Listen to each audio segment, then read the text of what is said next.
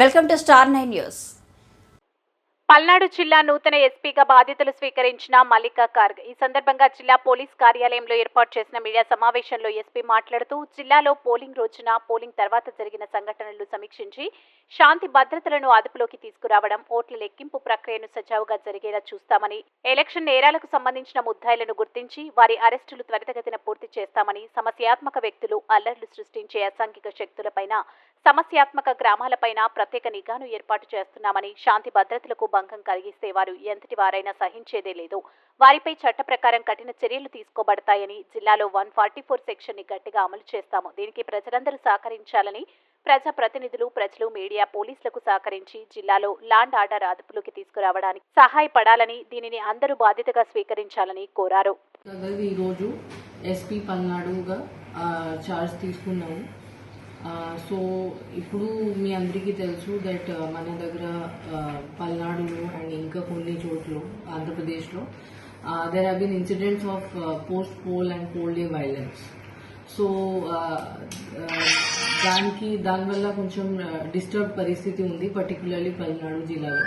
So నా first priority ఉంటుంది to restore the law and order situation to normalcy. So మన దగ్గర చాలా ఇన్సిడెంట్స్ జరిగినాయి.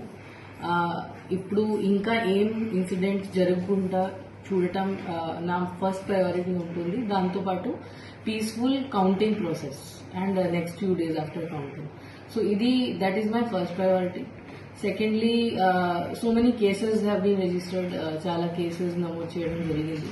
దాంట్లో చాలా మంది అక్యూజ్ కూడా ఐడెంటిఫై చేయడం జరిగింది.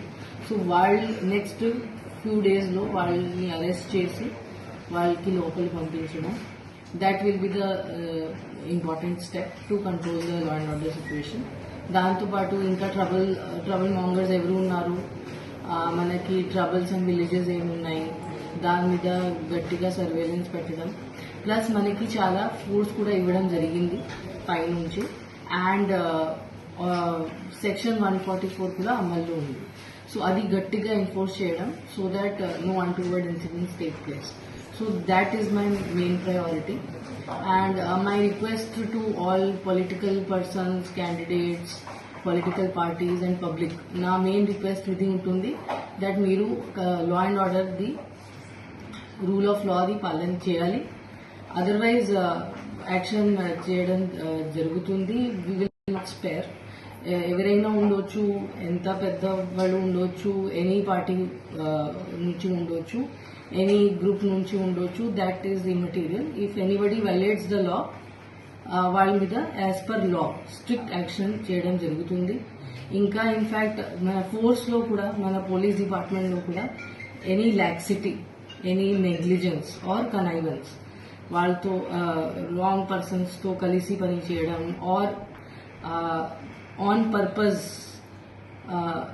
ఇగ్నోర్ చేయడం, ఇవి కూడా టాలరేట్ అవ్వదు. ఇన్ఫ్యాక్ట్ నేను డిపార్ట్మెంటల్ యాక్షన్ కంటే కూడా ఎక్కువ యాక్షన్ తీసుకుంటాను. వాళ్ళకి కూడా ముద్దయిగా చూస్తాను నేను. మన పోలీస్ డిపార్ట్మెంట్ వాళ్ళు కూడా ఇట్లా బిహేవ్ చేస్తారు. So it is a very very serious situation. ఆ సీరియస్నెస్ బట్టి ఆ బాధ్యత తీసుకుని మనం పని చేయాలి. ఇన్ఫ్యాక్ట్ ఒక మాట నేను చెప్పాలి అనుకుంటున్నాను. మన ఆంధ్రప్రదేశ్ది దీని ముందు రెప్యుటేషన్ చాలా బాగా ఉండేది త్రూ అవుట్ ఇండియా. ఇప్పుడు సడన్